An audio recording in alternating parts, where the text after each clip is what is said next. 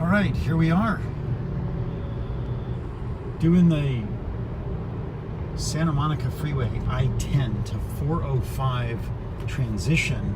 First time using Navigate on Autopilot. I'm going to, it's got a motorcycle next to me, so once he's gone, we should be able to make this transition.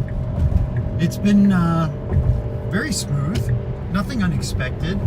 I'm really delighted how nicely it rides with Navigate on Autopilot. Let's see what happens here when we go on a 2-lane overpass. No lane change suggested, which is fine by me. It's going to get a little bit clogged up here in a second. I'm keeping my foot near the brake. What the fuck? That was kind of scary. Wasn't really slowing down. I had to take over.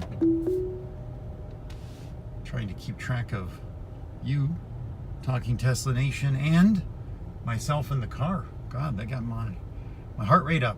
Well, anyway, now we're back into the typical Los Angeles traffic pattern, which is, as my grandmother would say in Yiddish, ungestoppt, which means overstuffed.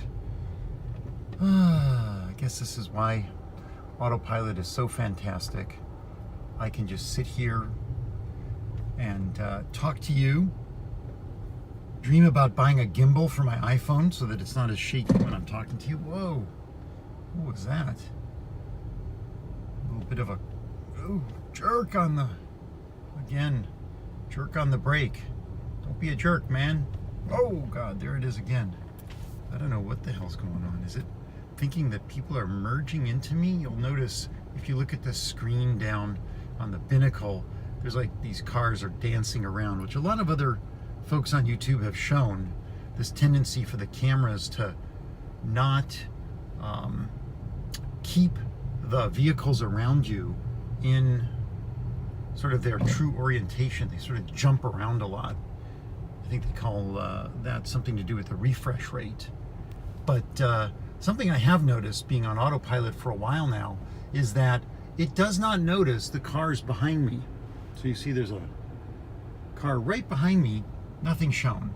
I don't think it's taking into account everything or anything that's coming through the rear camera.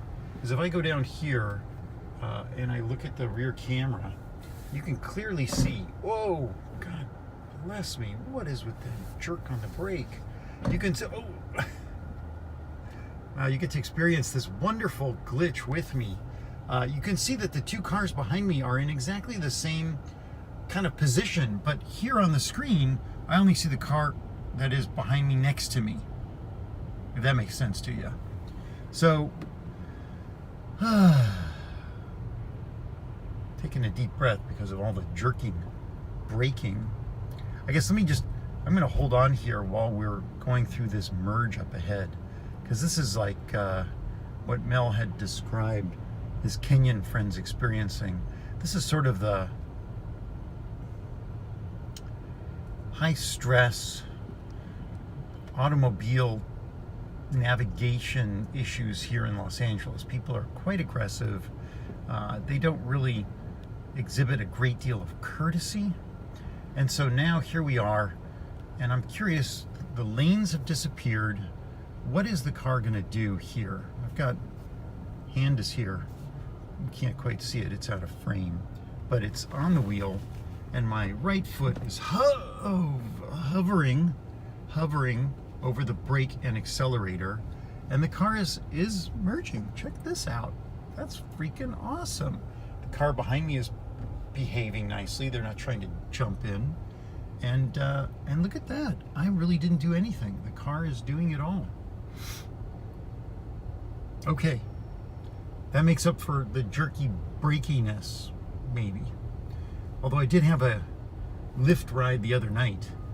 A guy who, while his directions were in Chinese on his cell phone, and I don't think he spoke any English, because I asked him, please don't jerk so much. He was like, on the brake, on the accelerator, on our brake, on the accelerator. And I had like a 25-minute ride with him. And when I got to where I got to my destination, I was so stressed out. I couldn't do anything on the ride there except for sit in the back seat in semi-terror that this guy either didn't know how to drive or was trying to drive to upset me. So that was the first time I ever gave a rideshare driver a 1 star. Okay, so much for my confession. Here we've got one more merging coming up, although, God, I'm so tempted to take over because I know how to merge at this spot and get away from all the big trucks, but cars are trying to sneak up beside me. Asshole. Oh, I'm still in a lane, sorry. Here we go. Let's see what happens. We're coming into a very tight section, a lot of cars. My lane is disappearing. Car behind me is being nice. Oh, we stopped. Trying to complete maneuver. Be prepared. What? All right. But it did. It completed the maneuver. I just feel a little bit anxious because I've got like other Teslas zipping by me and confirm lane change. Here we go. Yes, we do want a lane change. But there is a car next to me, so there's an arrow up. Or I mean the red lane line is up. All right. We've done it. We've completed maneuver. Again, trying to complete maneuver. There's like this massive, large truck structure next to me. Confirm lane change. Yes, I do want a lane change. Wouldn't it be nice if I could do it? It shows on the binnacle. Just zip up through between the cars, but I don't think the other cars would appreciate that. All right, here we go. We're making a lane change. It's safe. Awesome. Let's make another lane change. Can we do that? Oh, let's see. No, it detects the car speeding up next to me. Awesome. Oh, and another car speeding up next to me. Not able to make the lane change. And another car speeding up next. Nobody lets you in here. This is Los Angeles. Screw you, man. I guess I'm thinking what they're saying. Screw that guy in the white Tesla.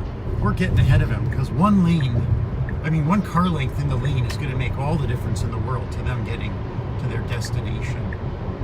All right, here we are. Lane change one more time. And does it suggest a lane change into the HOV lane? I wonder. It's coming up. So is that pickup truck. It's okay.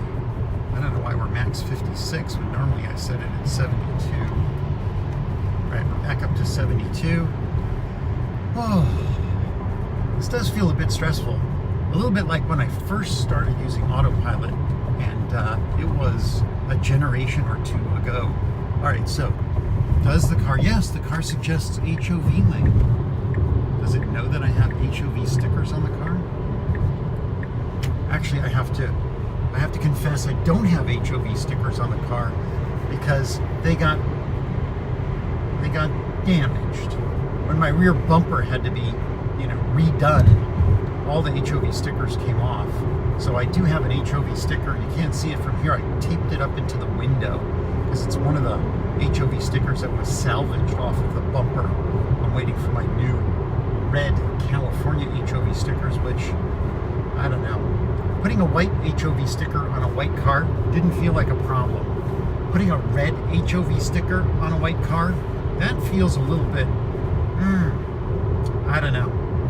I think what I'm going to have to do to make up for it is get my brake calipers painted red, and at least that way there's somewhat of a red accented theme going on here. All right, well, that's it for this little navigate on Autopilot with Tesla V9, and my version is 2018.42.2 19E7E44. Wow, that's a mouthful. I hope you enjoyed it. Oh, better be paying attention to the car now. I'm too busy reading the operating system title. That's it for me, Robert at Talking Tesla. If you like the video, make a notation, like I think it's below. You can put down that you like the video, and see you next time. Ciao.